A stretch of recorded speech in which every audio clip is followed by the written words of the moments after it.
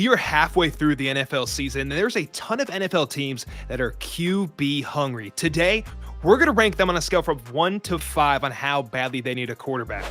The scale works like this. If it's a 5, you're basically the Cleveland Browns. We need a quarterback ASAP because who's playing? It could be Metro, it could be B. Ross, it could be me. 1, let's have the conversation. This is a light intro to maybe we don't need them, but we're having the discussion because they're not showing much signs of promise. All right, y'all. First up, we have the Carolina Panthers. Discussions to be had here. On the count of 3, you're going to put your number up. 5 being Mayday. It's DEFCON 5, and 1 being let's have a conversation about quarterback. In 3, 2, 1. We got a 2 from Metro and a 3 from B. Ross and some balloons as well. Oh boy. Let's start with the more urgency, which is going to be B. Ross. He has a 3, which is we need to make a move, pretty much a 3. We're feeling pretty confidently about that. B. Ross, I'm gonna set the stage. We got Bryce Young currently in office, not performing how we wish to, obviously. Why do we think we should move off of him? And also, what would it take to move off of Bryce Young for you if you're the Panthers? So, couple reasons. He's highly inconsistent. You just don't know which Bryce Young you're going to get. And the fact that, to me, they have a formidable run game. The O-line's better. Like, it's so many, like, the things around him have set him up for success, unlike some other quarterbacks who came out with him and before. And he's just playing very inconsistent. And he's small. I don't like small quarterbacks. I don't think they can ever have like real success outside of who's the best small quarterback. Drew like Brees. He's like he's like they're outstanding at what they were good at. I don't know what Bryce Young is good at. Like to this day, like no one knows. I don't think the Panthers know. Hence why they try to run the ball more than they pass now. That and his 5th-year option is coming up. So you're going to have to pay him. And that's going to be a lot of money against your books. So do you re-sign him and get him cheaper than his 5th-year option? And you say you're going to stick with him for another year or 2, or do you just let him go after this? You know what I mean? Like, to me, it's easier to just cut ties now, start your rebuild, or start getting a vet or someone in who could be what they need. Yeah, I put a 2 with Bryce, but I don't disagree with the 3. They're in a tough spot with Bryce because they drafted him number 1. They made a big trade to get him. They have so much invested in this guy. You draft Ted McMillan, you draft Leggett, you invest heavily on offensive line, you bring in Dave Canales, JT Sanders. I mean, they've tried everything to help this guy. And he hasn't been great this year. And I hate to say it, but look, this offense that, as B. Ross mentioned, has a good run game, has a good offensive line, has all these offensive pieces. They're 28th in points per game, 27th in yards per game, 27th in touchdowns per game. And this is despite the fact this defense is a top 15 unit this year. They've taken a huge step forward from last year. Bryce has 11 touchdowns, 7 interceptions, and it's just he has one game this year over 200 yards. I mean, he has more games hovering around 150 or less than 150 and more. I mean, it's just not been the year we thought it was going to be, especially after that late season resurgence last year where he started playing really good football. It just hasn't been the same this year. He has been very widely up and down and more down than up. And when you draft the guy number 1 overall, and when you're going to now pay the guy what's going to be a lot of money, you want to see improvement. You want to see big time numbers. I haven't seen that from him. I've seen it from Stroud. I've seen it from even Caleb Williams, some of these rookie young quarterbacks, Jaden Daniels, Drake May, not JJ McCarthy yet. We'll see. Not Penix yet. Bryce is just, and they're in a really tough spot with him because they have invested so much in him. It's a tough spot. That's why I put it at 2. I think they should start considering it after this year. I think they should consider a head coaching change. I think they should be considering a quarterback change. I mean, this is a 5-5 ball club. They should not be 5-5. This defense is doing a whale of a job.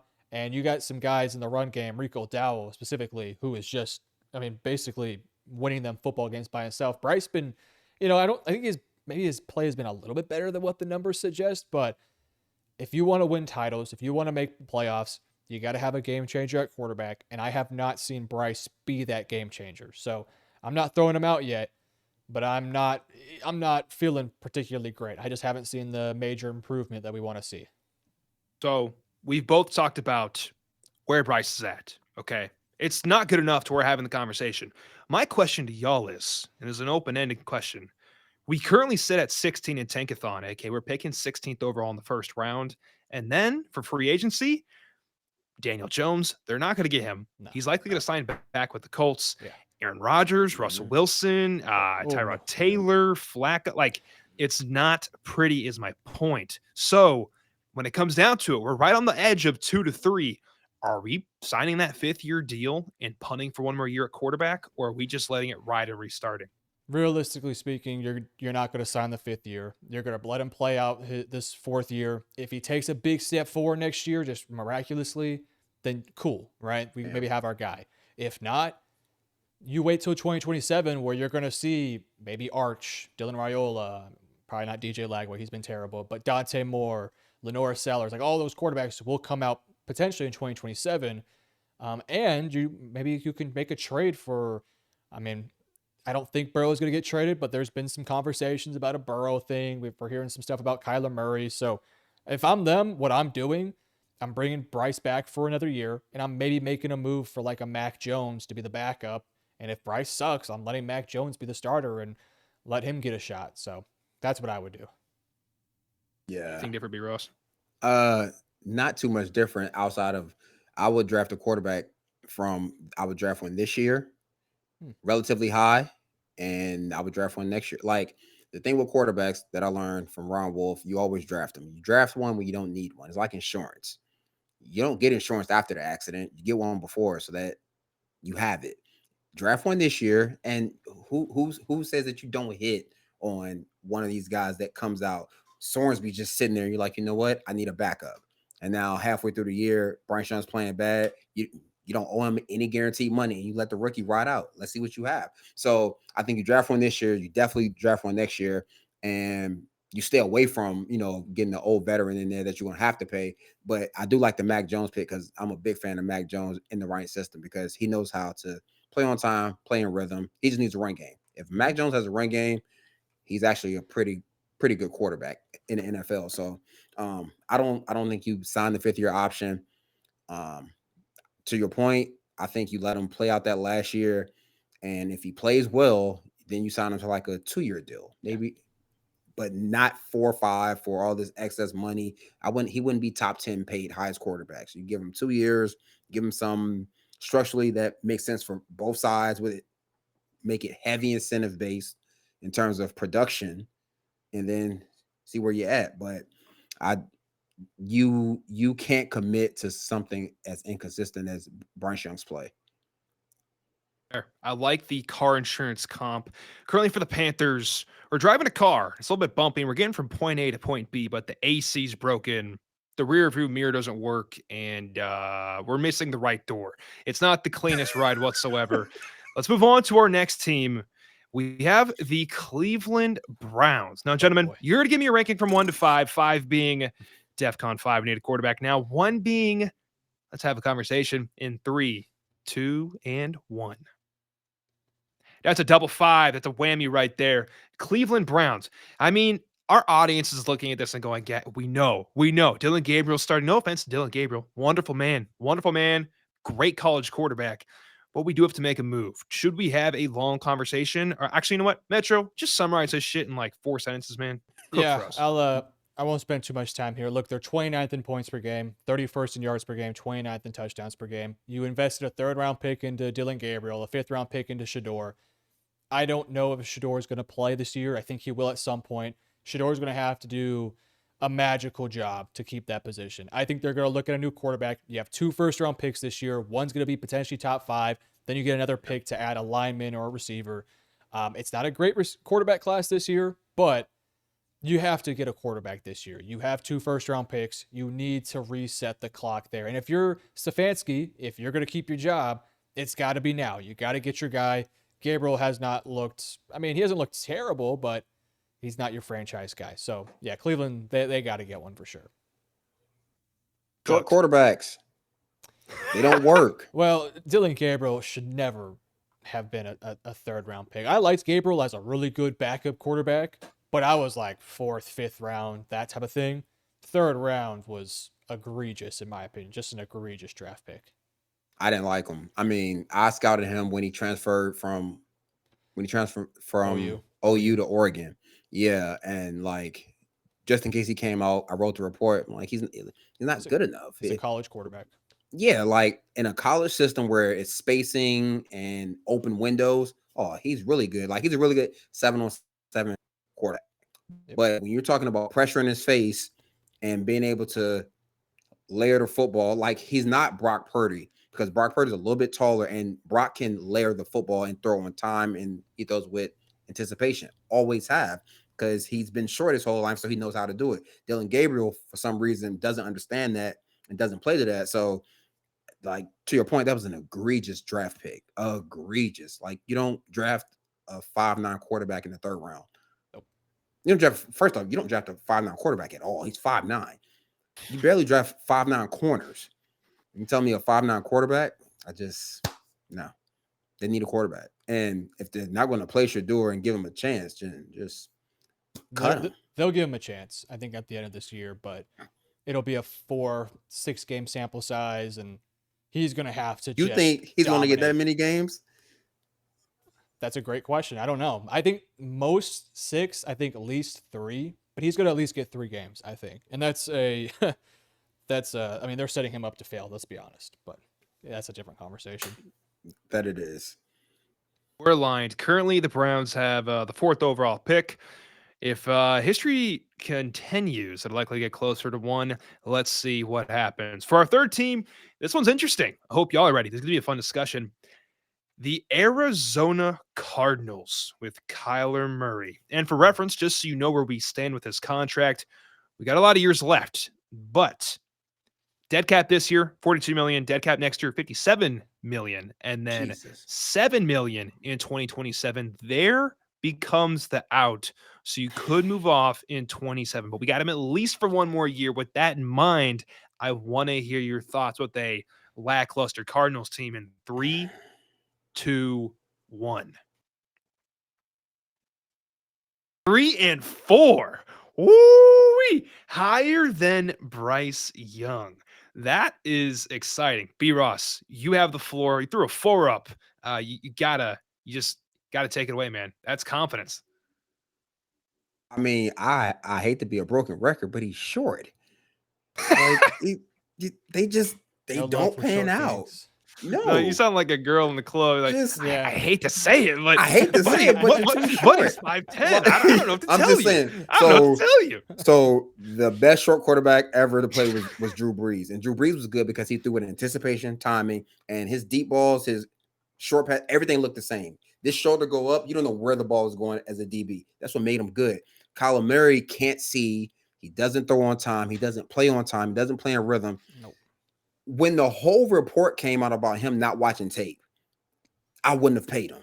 That was the biggest red flag I've ever seen. Bro, you know how that's like 90% practice, like practice and watching the tape. And that's the hard part of the job.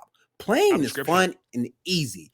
So if he's not doing the hard part as a quarterback of a franchise, you can't pay him. The fact that they paid him is beyond me. So now that you're locked in, you draft a quarterback this year, you draft one next year, and you just keep finding guys to get to, and you bring in a veteran who knows how to do it.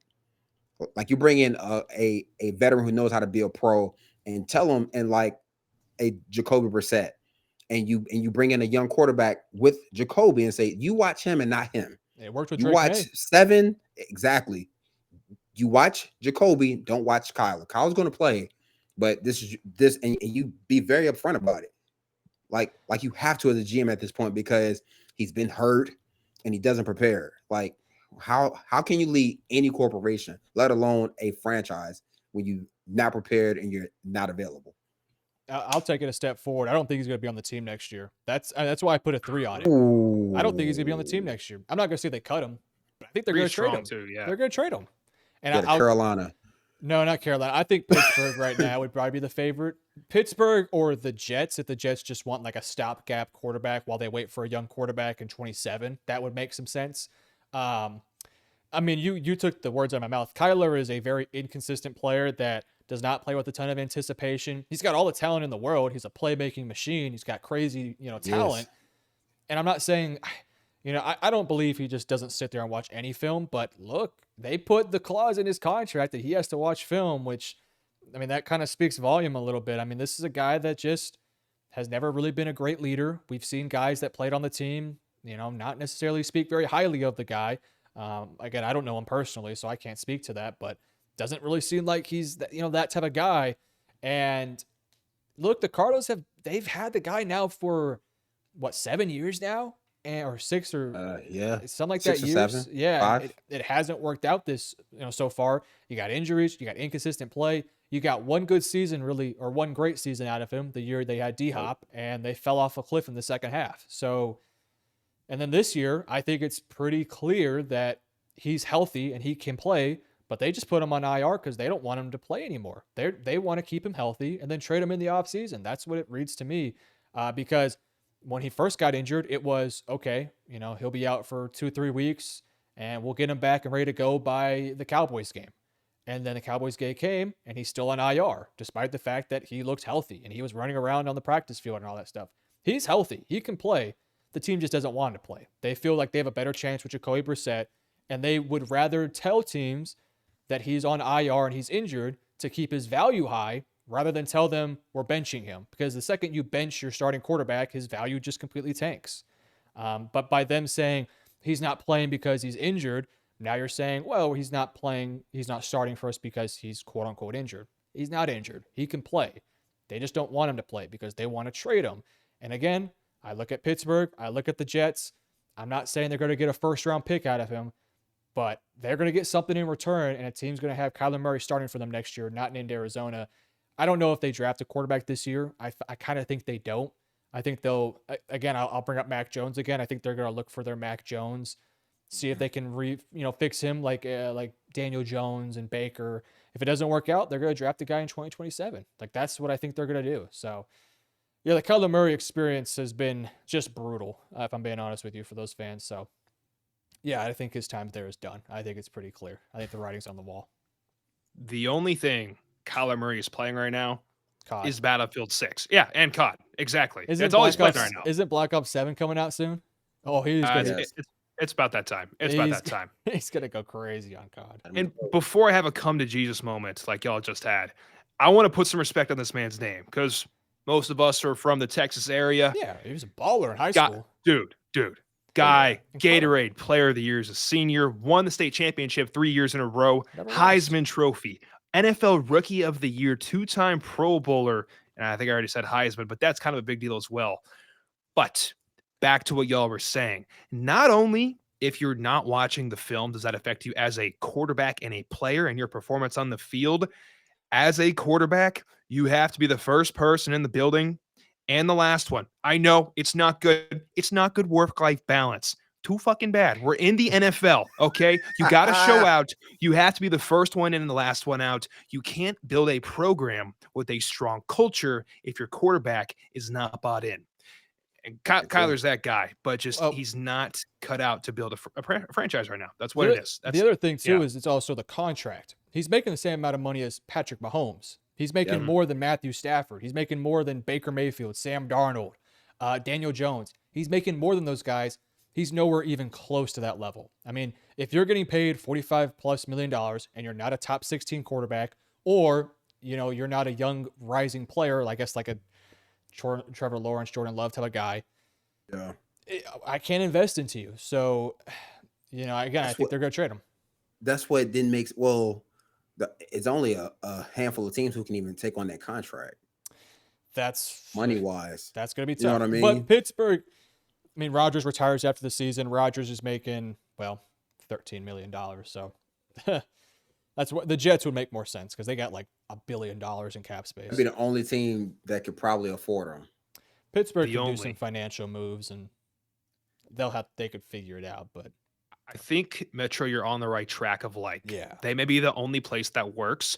I just realistically can't see Kyler Murray in the snow in a cold November night playing in Pittsburgh. He's already playing in Arizona, right? And I feel like people make that a bigger deal than it is. But hot. It will matter. Dude, Dude, in It's hot Arizona, he's over at a there, dude. dome. Yeah, But oh it's yeah, hot. in Pittsburgh, it is wouldn't. hot. He would not make it Oh, in Well, AFC think about North. it. Think about it. Grew up in Texas, drafted in Arizona, played college at Oklahoma and Texas A&M. I think he looked good in the jersey, but you're right. Him in the snow would be a disaster. You got to think. You got to couldn't play imagine. in Cincy, in Baltimore. Yeah. Like Pittsburgh. what? Oh boy. Yeah. And then you got 8 home games in Pittsburgh. First Yeah. off, his hands are too Rough. small because cold balls they expand, cold footballs they expand. So like you need big mitts to like even grip the ball. He has small hands and just short quarterbacks. Just little hands, can't confirm. Anything else, guys, before we move forward? No, we're good. We've already bashed him enough. Kyler, you are a better football player than all of us combined, but we feel as it's a good time to move on. Here we go. We're talking about the next team who's going to be, this is also kind of controversial. Maybe not, who knows? We don't know where they're going to be here next year. The Miami Dolphins, okay? I want to hear y'all's numbers. 5-1, 5 being doomsday, 1 being let's just have a conversation in 3, 2, 1. 2 and a 1, a little bit more lukewarm than we had for Arizona. I let B. Ross go first a couple times. Metro, open this can of worms up for us. We're having the conversation. They're going to have a new quarterback within the next 2 years. I just don't know the pathway for them to get one right now. They have Tua under contract for a few more years. He has an out after next year. So I think what they're going to probably do, because they can't trade Tua. There's not a trade for Tua available. There's no team that wants him. Pittsburgh wouldn't want him. The Jets wouldn't want him. There's no team that wants Tua and that contract specifically. So they can't trade him. They're not really in a position to draft a quarterback this year because of how bad their roster is. And you're going to have a new quarterback or new head coach, that is probably going to want to get some talent in there first. So I think what they're probably going to do is just have Tua start next year. And then I think 2027, they're going to cut Tua, let him, sign elsewhere as a backup or starter elsewhere, and then draft their guy in 2027. So they should definitely start considering it. They should start planning on it, but I don't think it's the year yet. Because if you cut him, boy, that's a lot of money to eat. No, they won't cut him. It'd be interesting to see who takes the GM job there, because if it's anybody that Mike McDaniel has any sort of good relationship with, like if it's the guy from San Fran, one of those guys who are in the upper ranks, who are gonna, like if anybody he's going to get another year. I'm gonna tell you that now, because the owner loves him. The owner loves Mike McDaniel. So, and like when you look at this roster, like this team is fast, but they're small. Like they have, like Tua to me needs bigger targets, like getting a replacement for Tyreek in the form of like Jordan Tyson is going to be like, to me, like that will help him. But I just don't know what Tua, because much like Bryce Young, to me, I think Miami has done a lot to give him a lot of pieces. You're talking about one of the fastest teams, just pound for pound, one of the fastest teams, with Tyreek Hill when he was healthy, Jalen Waddle, and freaking A-Chain. Yeah. And then last year he had Jonnu Smith. Like he had weapons. Like it's not like he's void of weapons. O-line was solid, not great, but still, like he still never performed to where I'm sitting there like, okay, it's not him. Like to me, when we talk about these quarterbacks, it's a matter of, are they part of the problem, or are they just, are they a circumstance of said problem? Like Daniel Jones to me I don't think it was the problem. I thought it was everything around him. They didn't give him help until he left. Any sort of help. Then he goes to Indy with a full loaded team, and now look what they're doing. You know what I mean? So I think Tua is on the other end of that, where I think sometimes he's the problem. And it shows in his press conference when he speaks. You're like, boy. Dog, don't say that. Just Quiet. yes, because you represent your team, and then you got to go to the locker room and like defend that stuff, or guys just don't want to talk to you, or like the energy changes, then the morale change. Like it's a snowball effect. So I think they have to address that contract, maybe restructure it, something, because can't restructure right now it's so bad. Yeah, you Like just it's got to eat it. oh my god. Yeah. So now the GM in his first 2 years, he gets screwed because let's say Tua is the same guy, the same exact player in terms of being inconsistent. So now you're looking at what 7 to 8 wins.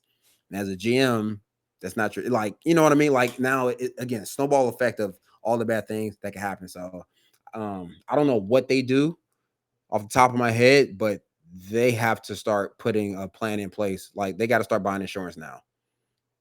And the concussions, we ain't mentioned that.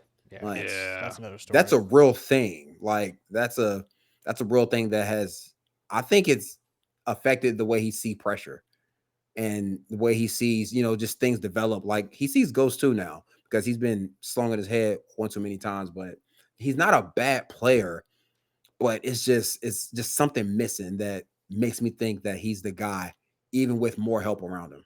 I got nothing else to say. I think y'all said it all. Only thing I'll double down on is that anybody that's played a sport, you can relate to this. When you get hurt with a serious injury, you're just even though you don't know it, you still kind of react differently, right? You don't fully trust that knee, you don't fully trust that foot because you don't think you could do what you could do, even if your muscles are stronger. So you can see to it in his play, slowly see ghosts like y'all said, and it's affecting him. But we digress. Let's go to our next team. All right. Let's see if we can lighten it up a little bit. This one has an owner known as Tom Brady. Oh no, kind of a good quarterback. And he might be on the search for a new one, but it's really up to y'all. Give me your 1 through 5 number in 3, 2, 1. They're tough. They're tough. Las Vegas Raiders. I didn't even say their name. Raiders. I'll We go got 3. I'll go 3. 3 for Metro, 4 for B Ross. B Ross. I let Metro go last time, so it's all you, brother. What do you got? This is not the real Geno Smith is somewhere still in Seattle. Yeah. Like everyone's seen the movie Yeah. Space Jam. Yeah. Like They took his powers. they took his powers in one of those footballs, and Sam Darnold has it now. Thanks. Because Geno Smith, like he's just not playing well. It's terrible. And I like Geno. I'm a former Raider. Once a Raider, always a Raider. Like I want to see him do well. I want to see that team do well. And it seems like he looks like a rookie just throwing the ball in the dirt. Like I don't know where to go with the ball. That, and then like the play calling with Chip Kelly has been out of this world bad. I don't know where to go with Geno because he's not making a lot of money and they don't have a backup on the roster. So they're going to have to get one. Well, they got Kenny Pickett. Okay, like I said, they're going to have to get one. And well, what about Aiden O'Connell? They're going to have to get 2 then. Oh man. And like you are making this easy for me. I just think for how young that team is, like I think Geno is a good bridge quarterback, but you have to go bring in a real like a stud, and so that guy can learn how to be a pro while you still have Geno under contract and deal with those bumps and bruises and say this young guy's going to develop. We're not going to play him early. We're not going to rush him on the field. We're not going to put him behind a battle line. Give whoever they get a full year to just truly develop. I don't care what the fans think. Let him sit a full Carson Palmer year and develop. No matter how high you take him, just let him sit and develop. Why? Because you have a $25-30 million quarterback on a roster. Keep him for the length of his contract. Let the young guy develop, move on. I don't understand why more teams don't do what Green Bay do. Just sit, dude. It's proven to work. They've had 3 starting quarterbacks in like 40 years, like over 100 some games. Yeah. It works. Like Brady, if you have any real influence, that would be the move that's what they're doing or would be doing. It's they're tough because they did just invest in Geno, but his contract is not like disgusting or anything like that. They could get off his contract fairly easily by the end of next year. So you can chew that one up, and obviously you're not happy about it. It makes no sense to me why they didn't trade Max Crosby. This would be the time to do it. Max is a great player. He's in his late 20s. You're not close. The Raiders are 3 years away from being a competitive football team. They have a really bad defense and an offensive line that needs to be reworked too. You got Bowers, you got Genty, you just traded away Jacoby Myers. Go all in on retooling, rebuilding this defense. Go all in on supporting Brock Bowers and Ashton Genty as best you can. Geno Smith has been, I mean, as B. Ross mentioned, he's been terrible. I mean, he has been arguably the worst starting quarterback in football this year, not named Justin Fields, which that's a very low bar. We'll talk about them here in a second, I'm sure. But yeah, I think I couldn't put them at a 5 because I think there's a realistic possibility that they don't draft a quarterback and they just try to stack this roster with as much talent as possible this offseason. A new cornerback, some new weapons, some new pieces on the offensive line. Like, they should have a little bit of extra money. Again, this is why I would have traded away Max Crosby to accumulate more assets, more draft capital, more salary cap. And I'm also a Cowboys fan who badly wanted Max Crosby, so I'm kind of ticked off we didn't get him, but that's a different conversation. I mean, they have a couple 4th-round picks, but they have 1 first, 1 second, and 1 third. It's going to be really difficult for them to get, significantly better unless they make some moves. So, again, I do believe they're tough because I could realistically see a bunch of different possibilities of them just rolling it back with Geno Smith for another year and seeing if he improves next year, or them drafting a quarterback, or them making a move for a Kyler. I would really not like that, but somebody like that. I don't know. They're in a tough spot. I don't know if quarterback fixes all their issues, though. I think they have so many flaws on this roster that they got to get figured out first. And I also, I don't love Pete Carroll, man. I don't love Pete Carroll. I don't love Chip Kelly. Just haven't been impressed with them this year. So I don't know. It feels like the Raiders just might have to reset again for the 2nd year in a row. That's just what I'm thinking. Well, give context. Oh, go ahead, B. Ross. To your point, that's what makes them tough because they have veterans. Yes, proven guys. They have proven guys at all these different spots, from head coach to play caller, quarterback, and it's not working. Yes. And like, they do have holes in their roster. But to your point, that's why you trade Max Crosby. That's your best asset. Yeah. You trade him and you ask for the bank back. You get everything you possibly can. Like, if Dallas comes to 2 for, no, I want 3 first-rounders. I want 2. I want your one this year. I want 27. Whoa. And bro, everything. Because that's the only way. That's the only way the trade makes sense, in terms of that's your best player. If you're gonna give him away, you can't do what they did when they literally couldn't afford Khalil Mack, so they had to trade him to the Bears. Oh, yeah. Like, they had to trade him because they didn't have cash on hand to pay him his signing bonus. That's a whole nother story. So, like, they should have traded him, but since they didn't, and now you're stuck with a 35-year-old quarterback who's playing like a 20-year-old quarterback, like, you kind of screwed yourself. And Pete Carroll's going to get another year, right? Probably. Because they have a new GM as well, I think. So, like that whole crew is going to get at least 3 years. Ugh. But I just, like, you can't run it back with Geno. I mean, you can, but you have to have the replacement in-house. They don't have him in-house. So they got to use, at some point, they got to pick a quarterback this year, and they got to pick one next year when they're picking high again. Because they're going to be picking in the top 10.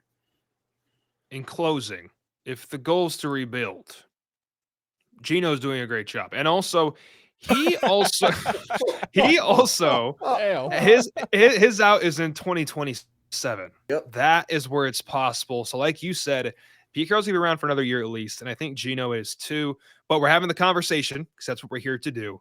It should come sooner. Just, are they a little bit handcuffed? We think they are. Well, even if you cut him in 2026, you're only eating up $18.5 million. It's not bad. Terrible. It's not bad. I mean, like, you cut Deshaun Watson, you're eating up $60 million. I mean, that's not the case here. So context. Right. Yeah, exactly. Yeah. So, could be worse. That's good. That's good. Next team, another team that's near the West Coast. Much better scenario. It's sunny. It's beautiful. The Los Angeles Rams. I want a 5-1. 5 being where in hell. 1 being, let's talk about it. All right, here we go. 3, 2, 1. Oh. 1 and a 3. We got a 3 from B. Ross and a 1 from Metro. I think 3's, it's 2 points higher. I got to let B. Ross open this one. B. Ross, Stafford's on contract for 1 more year after this one, but is that real? We don't know. It seems like you're on the other side of it. Like, you think he's retiring after this year, which I totally get. He's playing out of his mind. Yeah. Go out on top. B. Ross, take it away. Yeah, like, this isn't more so that they need one. It's the more so of, like, you don't know what he's going to do. Yeah. So I think you have Jimmy G and Stetson Bennett. Oof. Hell yeah. So No, not hell yeah. what are we talking about? Hell yeah, brother. So if it unless you're saying that one of those guys are your future, is not Stetson Bennett. Why? Because they signed Jimmy G. It's not Jimmy G because they've played him numerous times when he was in San Fran. If they thought he was, if anybody thought he was a guy, he wouldn't be there. They would have traded him. He'd have been trade capital for a team that needed a quarterback that's trying to make a run, maybe, right? But none of that's the case. So I think the Rams kind of have to go. Like this is the draft where you have to make that a somewhat of a priority because you don't know what's going to happen with Stafford, and you clearly don't think that the other two guys are talented enough to actually take over the team. That's why I put them at a 3. And they have 2 first-round picks as well. Yeah. And guys, I think Metro, I'm gonna let you go here, but after we do that, I think we're all aligned here that like they should take a quarterback and do what the Packers have done for so many years. After this, I'm gonna ask you what quarterback they could snipe in the back of the first round or in that top 10 with their Atlanta pick. But Metro, take the floor. Yeah, I mean, you guys kind of hit it there. I put a 1 because I think Stafford is playing so good. I mean, he might be the MVP favorite at, what is he, 38 years old? If they don't win a championship, I have a hard time seeing him retire. So even if they win one, I wouldn't be surprised if he returned for just one more year. The only thing for me is just how badly does his back hurt? If his back is hurting, that's a pretty good excuse to go ahead and call it a day. But if he wins MVP, I have a hard time seeing him just go ahead and leave. I think they'll probably give him another a huge bonus to return. Bring up that contract to $60 million. You got Adams for one more year. You still got Puka. You got Kyron. But I do agree, though, that it would be wise of them to consider one with their 2 first-round picks. Because if Mendoza falls to late, or somewhere in the middle of the first round, I think the Rams would be very smart to go ahead and pick him up and stash him for a year and then let him be the guy next year or whenever Stafford retires. Right. That's a really good possibility. What I also think, though, what they might do is I could see the Rams being a team that next year they draft a corner and offensive lineman just to get some more studs.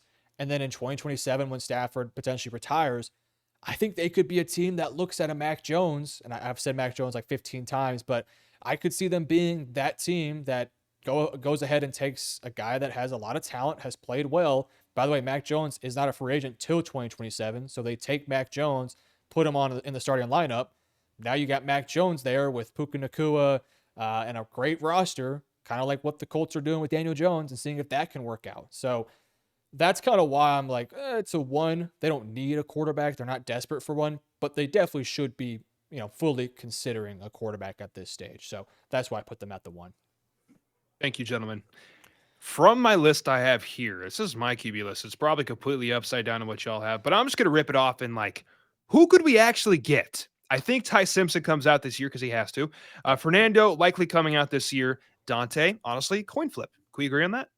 I think it's 75% chance he goes back.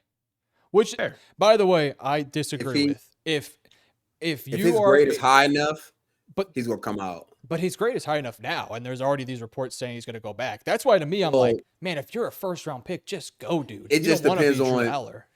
Well, no, so it just depends on how the draft slots fall, who picks where. That's when I think we'll get a more concise answer, because if the Jets are sitting where he might get picked, I'm going back to school.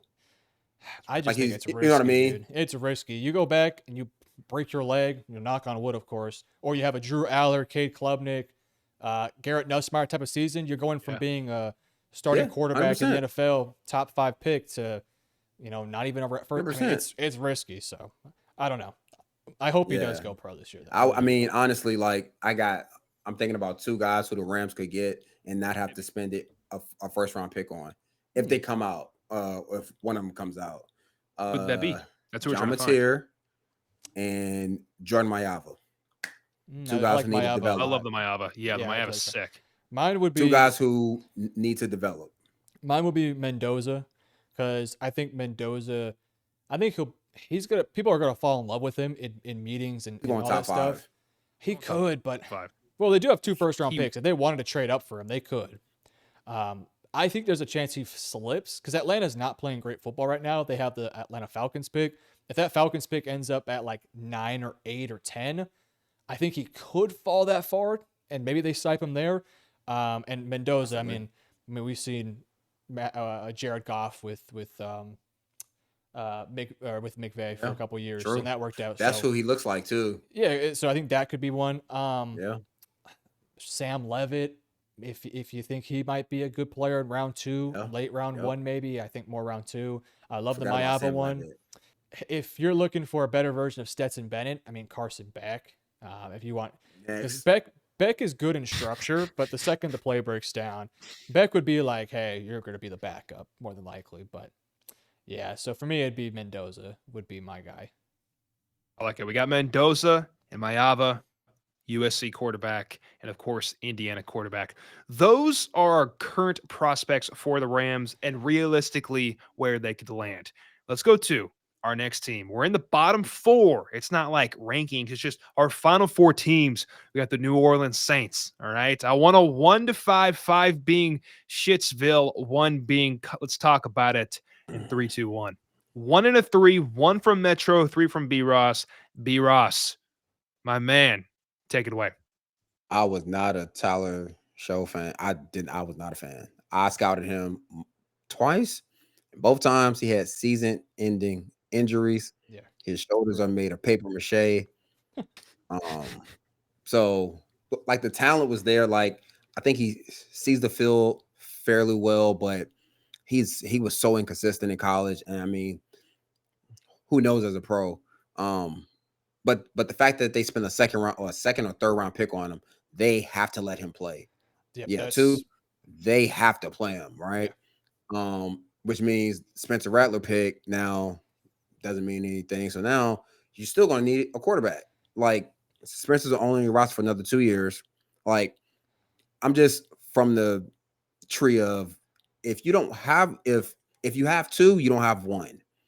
And right now they think they might one of the 2. You don't have 1. If Tyler couldn't win the job coming out of camp, okay, that's fine. So Spencer played bad enough for him to get a shot. Then you watch him play, he's okay. We'll see as the season progresses, but as of right now, I'm not sure if they have 1. Yeah, that's why I'm sitting at a 3. That's all. Yeah, we're recording this right after Shough had his best game of the season. I mean, he had a really good positive day against the Panthers and made a lot of plays. But so we haven't really seen a big sample size of him yet, so this could be a little premature. I put a 1 because look, you invested a second round pick into this guy. They're not a roster that's a quarterback away. It's a bad roster. They got some older pieces they got to shed off. They got to start fully committing to this rebuild because, the Saints have not been committing to it. They've been kind of flirting with it, but never committing to it, making these random signings like Justin Reed and Chase Young when you should commit to being younger. But I digress. Look, Spencer Rattler winning the job, I do think told us a lot in terms of Shough clearly wasn't ready. And that's not a good look for a quarterback that was, 25 in the draft. So, but we've seen him only play a handful of games. And I think if he plays good enough, not great, but good enough, I think they'll at least give him 1 more year. And then I think they would consider 1 in 2027. Because again, as we talked about throughout the video, 27 looks to be a little bit more promising than 26 at the quarterback position. Yeah. So I think there's going to be a couple teams, and I think the Saints could be one that just sort of, sit on their hands at quarterback for another year. And I think the Saints are probably going to be in that form this year. It would make sense. Looking forward. Yeah. Go ahead. No, you were right. Like the 26 class isn't as strong as what 27 can presumably be based on who goes back to school and whatnot, and just the younger guys who are coming up. So it would make sense to give him a 4 year under his belt and see if he's your guy or not. Well said, gentlemen. Looking forward for the Saints. They currently sit at 2 as of today. That is November 10th. And we can't predict the future, but it's probably not going to change or not change too much. So they'll be probably picking in the top 5 this year for potentially a quarterback. That's the discussion here. Next team. Talk about a team that everything's fine right now, but they're like, screw next year. Like when we get there, we get there. The Pittsburgh Steelers. Okay. let's talk about their quarterback situation. 5 is DEFCON 5. 1 is let's talk about it in 3, 2, 1. That's a double 5, double whammy right here. Our first double 5 since the Cleveland Browns. Metro, talk to me about Pittsburgh. Your quarterback is 42 years old, future Hall of Famer, former MVP, one of the greatest quarterbacks of all time. He's showing his age a little bit. This past week, he looked 40. Didn't really look comfortable. Didn't want to take hits. Overshot some passes. I mean, look, and the offense just is not great either. I mean, it's Jalen Warren, DK Metcalf, and Aaron Rodgers with a bad offensive line and no other help. So it's always been a tough situation for Rodgers there. It's a lot of dinking and dunking, play action, RPOs, just get the ball out of his hands to save his legs. Pittsburgh, it feels like since Roethlisberger retired, they've been in DEFCON 5 mode every year. I mean, Pickett didn't work out. They've tried it with Justin Fields and Wilson last year. That was a disaster. Rodgers is doing a good enough job to take that team potentially to a playoff spot. Realistically speaking, they're going to make the playoffs, but they're probably not going to go very far. And Rodgers probably will and should retire. I know there's been reports about Steelers, wanting him to return for a year. I think that's a possibility. But even if you bring him back for a year, you got to get his future replacement. And they're going to be in a tough spot this year because they don't have a ton of money open, and they're going to be drafting probably 20th or 21st overall. So Mendoza will be gone. Simpson will be gone. If Moore comes out, Moore should be gone too. So you're looking at Mateer, Levitt, Sorsby, Maeva. Like, you're going to have to talk yourself into one of those guys. That's a tough spot to be in. That's a really tough spot to be in. So could they make a trade for a Kyler? We talked a bit earlier about it. Yes, but that's not ideal in my opinion. This is a weird spot for Pittsburgh. I do believe that they're going to try and get Rodgers to return for one more year. And then what I think they'll do, and this is I don't have any sources, this is a complete projection. What I think they're going to do is just really hope that 2027 is as stacked as we think it can be. Because in theory, if Lenoris returns, if Moore returns, if Arch does great the rest of the year and good next year, he could be 27. If Dylan Raiola continues to improve, that's 4. And then you're also potentially looking at maybe DJ Lagway can look better. And I'm sure there's going to be 2 or 3 guys that come out of nowhere and play really good next year. So there's going to be hopefully 5 or 6 quarterbacks that go into next year's class. And we're looking at a 2024 draft all over again, where 5, 6 guys go in the draft, and Pittsburgh could be that team that is in the 20s somewhere, and they get a good franchise quarterback. So that's what I think they'll do, but they're going to have to figure it out. I mean, if Rodgers retires, they're going to have to start somebody next year, and it could potentially be Kyler. I wouldn't count them out for making a trade for Bryce Young too. I will just throw that out there. I think they could be a team that says, we'll give you a first for Bryce and see if it works. I think that's a possibility. Just throwing it out there. Yeah, like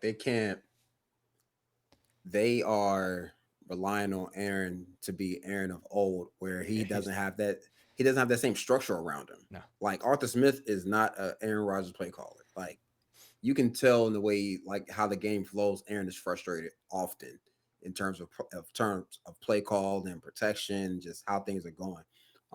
But with that being said, they have to get one. Like, they actually have to get 2, because you got to get a backup too. Like, you always need a good backup. Mason Rudolph. Howard. Mason Rudolph. Will Howard. That's right. Will Howard. No, they cut him a long time ago. They cut Will Howard?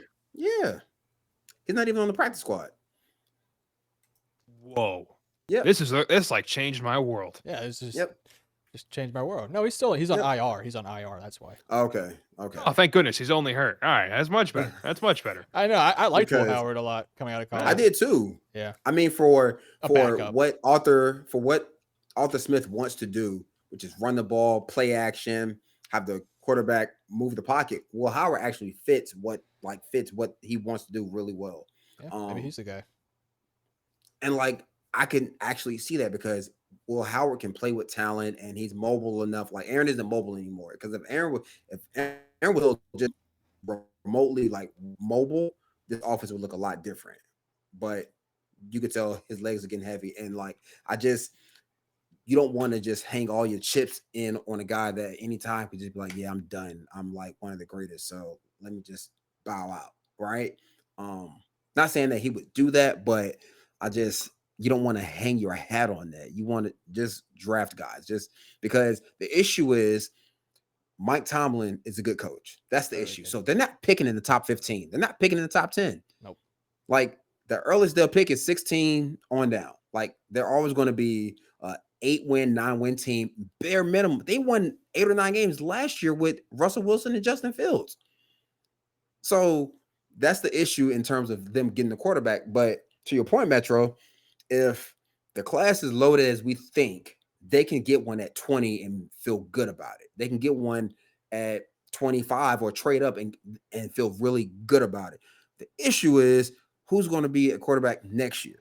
Yeah. So, it's just so much gray area with them. That's why I put him at a 5. I mean, like, who do you go get to build that room and feel good about it going into the 2026 season?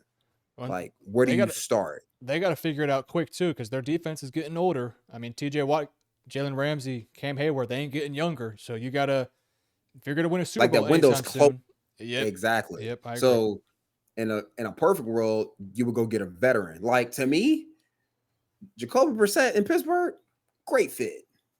Go get it. That's a nice bridge quarterback. You don't need to go get Kyler, whose hands are too small and can't see over. Like, people don't understand how big that O-line is. Like their guards are 6'6". Guards aren't usually that big. Like, Darnell Washington is 6'8", and he stays in for protection. He's damn near a tackle. So, to me, you go get somebody who can distribute the ball, who won't lose you games. Not going to win you any, but he won't lose you games. That's where Pittsburgh lives right now at the quarterback position. Where they need to live is just go find a young, talented dude and say, we're putting all our chips on you, and we're going to give you all the support that we possibly can, because like they know how to do things the right way in terms of supporting a quarterback. Like they did it with Big Ben. Like they had veterans and all that. And like this team is older still. So you have veterans. Bring in the right young, talented guy, give yourself a chance. But right now, I don't know who plays or who starts for them going into 2026. DEFCON 5. DEFCON 5. Double DEFCON 5. Pittsburgh Steelers on to the next team. They start with the J. New York Jets. Come on now. Let's talk about it. 3-2-1. 5-3. 5-3. 3 from Metro. 5 from B. Ross. Metro. I'm going with B. Ross for this one. B. Ross, kick it off. Okay. Pump fake me. Got me too. So I was a Justin Fields fan. I thought in Chicago, you have 4 coordinators in 4 years. No one can have success. All right. Then he comes to the Jets. It is a new system again. Or he went to Pittsburgh, then the Jets. It is a new system again. But I don't think he can see the field like he did. Like he does not see the field well. And like at first, I thought it's because he was trying to learn the offense. But now I'm just like, he just doesn't see it. His team's running basic cover 3 with a blood safety dropping inside, like simple stuff that I see on TV or I've seen. I know what it is. As soon as the ball snap, he's having a hard time processing. Always has at this point, right? Then you have Tyrod Taylor. Love Tyrod. Beat him in the state semis growing up. Ooh. Yeah, took a state championship from a great player. But like, is he going to come back next year? Like Justin Fields, you're paying, I think, $20 million for 2 years. So you're going to have him for another year, but you need a guy of the future. The issue is they're the Jets. They're going to find a way to mess it up. So it doesn't matter who it is. Ty Simpson, Arch Manning, Norris Seller, Dante Moore, John Elway, doesn't matter. You go down history of quarterbacks. The Jets at this point, I'm confident no matter who they get, they're going to mess it up because of the owner. Now, I do love Aaron Glenn because I think he brings structure and stability to a young quarterback, but they have to figure something out and quickly. Yeah. Go ahead, B. Ross. Sorry, Metro. I'm losing my mind. Sorry. Bro. Go ahead. The reason why I put a 3 is I think it's a 50-50 chance they go quarterback this year or next year. because they have 5 first-round picks next year, or 3 next year, 2 this year. There's a very, very, right. very good chance they have a top 5 pick next year because they're not a great team. That all said, their offense is, I would say, ready for a young quarterback. They have a good offensive line, a good young offensive line. You have Garrett Wilson. You have Breece Hall. You just traded for A.D. Mitchell. Like, you're a good, young, talented offense that is just waiting for a quarterback. And if they really do like Ty Simpson or Fernando Mendoza coming out of next year's draft, then I think you take them. I don't think you overthink it at that point and risk not having one. And I said this on my channel, and I'll say it here too. If Mendoza, Ty Simpson go out there and just suck like ass in their first year, like they are unplayable, they're terrible, you got 3 first-round picks next year. So Draft another one. You can do a Josh Rosen, Kyler Murray thing, which, I mean, that didn't work out for them, but I'm just, using that as an example. If it doesn't work out, best case scenario though, you draft, let's say, Ty Simpson, and you got Ty Simpson with 2 great tackles, a good interior offensive line, a good running back, a good receiver, potentially a good wide receiver too, and a defense that needs a lot of work, right? You take your first pick on Ty. It hopefully can work out. You then spend the rest of it to shore up your defense, get more talented, add a ton of pieces. I think it could work. I think it could work. But again, it's 50-50 chance. If they don't like Simpson or don't like Mendoza, or maybe they love Simpson and don't like Mendoza, but Simpson goes before they can draft him, then they might be in a situation where they say, let's not draft one this year. Let's just wait a year. In that situation, I don't think Fields starts for them next year. So I would assume they would maybe they would trade for Shador. I don't know. Maybe they would trade for Shador or somebody like that. I don't know. Just to get some tickets sold for the year and just kind of kick the can down the road, retool your roster a little bit. But I wouldn't be surprised if they wait till 27 or take one in 26. It's just kind of up in the air. They have something that 95% of NFL teams don't have, and it's time. They have time and faith in the franchise. Maybe not faith, but they got picks, right? They got picks for days to rebuild. And not many teams can say that. They've done a great job at that. So, like, we're yelling at the Raiders to trade their best players and get picks. That's what the Jets are doing. So, I respect it. Like you guys said, I think it comes in 27 because they've geared their team up that way. Let's go on to our next team, our last team. This one's a little bit controversial. That's why we saved it for last. Jacksonville Jaguars. 5 means, hey, we need a new quarterback tomorrow. 1 means maybe T-Law's not the best quarterback in the room. Let's just talk about it. 5-1. Give me a number in 3, 2, 1. Yeah, I'm at a 1. 1-1 from Metro and B. Ross. Metro, I pump faked you last time. I'm handing you the mic. Take it away. They're tough because they just pay Lawrence this offseason?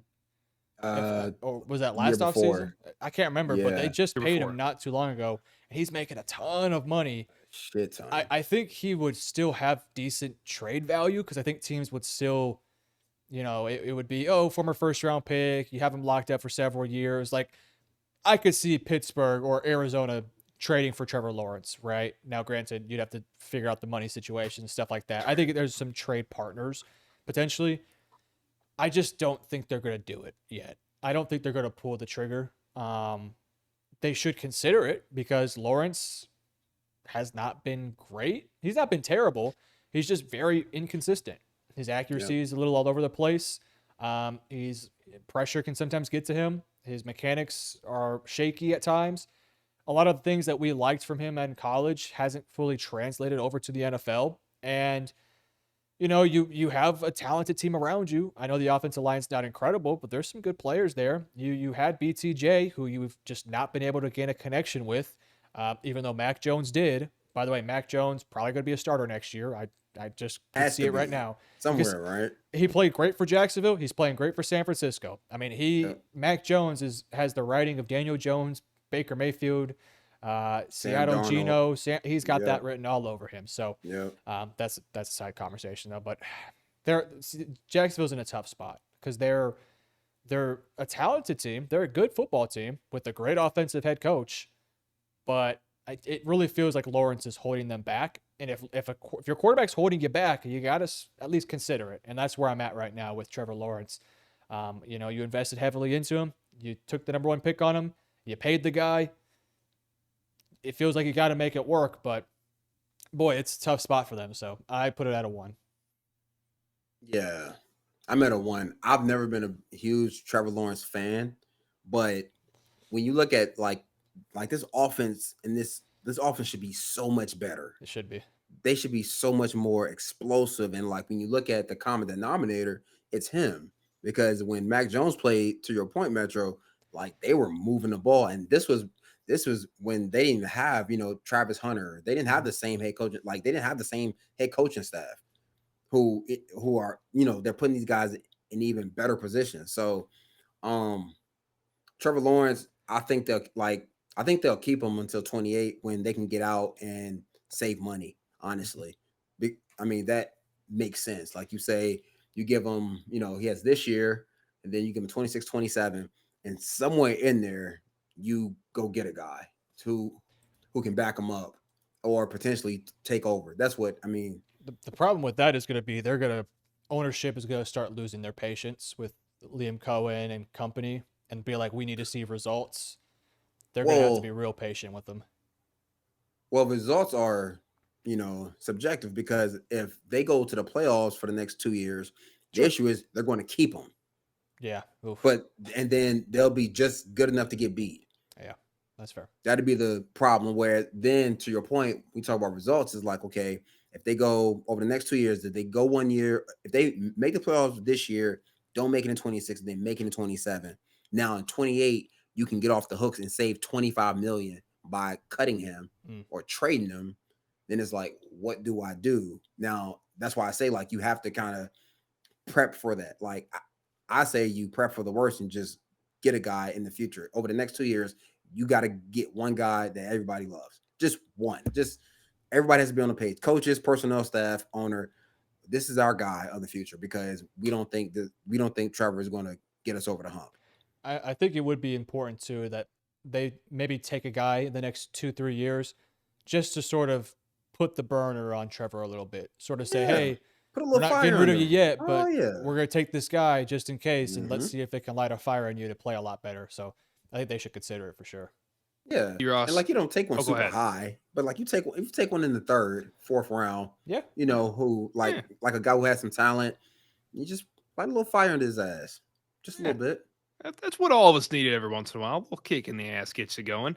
But Ross, I have a question. So when you're in the NFL, is yours like plebeian like me? I get paid every other Friday. I know when it's going to come, and I know it's going to roll up. But guys in the NFL, they get game checks. Is all your money just compiled into 17 checks? I'm going to put this somewhere, but I'm just curious on how that works. Yeah. So it depends on the team too, because some teams actually, like I know the first team that I heard doing it, the Titans used to do it over the course of the offseason too, so that guys didn't like spend too much of their money. So they would space out those 17 weeks to like another 17 weeks. Okay. But for everybody else, it's 17 game checks. You get paid every Wednesday, I think it was.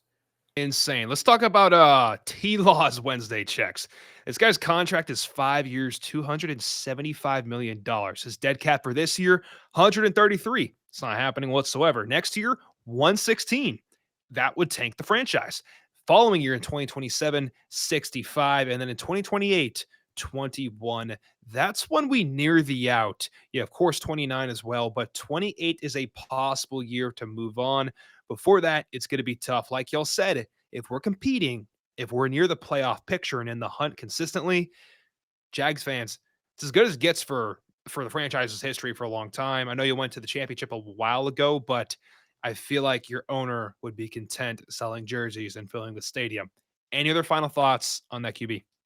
Yes. Well, just on all the QBs. So as we sit here and we speak on all of this, one thing's for sure, two things for certain. It's hard to find a good quarterback.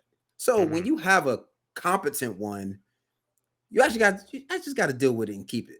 Like you just got the good, the bad, the ugly, because what they say about relationships, the grass isn't always greener on the other side. Oh, we're going to get the young stud. He could suck. He could be atrocious. And you had a above average starter who had some great games, maybe a Pro Bowl year or two. and you just said, toss him to the side because we didn't win enough or we didn't do enough. Like, that's why, like Jacksonville has to hit on their draft picks. Like over the next, like they have to hit every draft pick because that will help in whatever Trevor Lawrence does. It'll help kind of mask it a little bit. But yeah, like when you got a quarterback, it's lovely. When you think you got one, it's cool.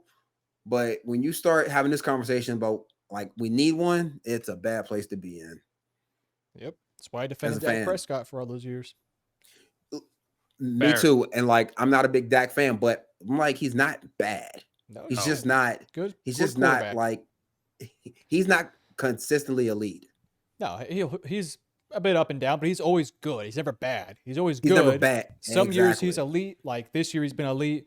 2022 I thought he was elite, or maybe it was 2021. I can't remember. But and then occasionally he'll have a really bad year, like 2019 or somewhere around. Yeah, and like a bad year for most quarterback is double-digit interceptions. Yeah, guys. Yeah, when they throw 20 and 12 or 22 and 14, like that's a bad year.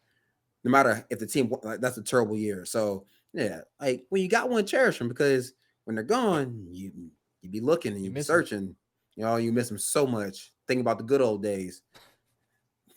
And I think this, to wrap it, like y'all said, in just full context, this is a business.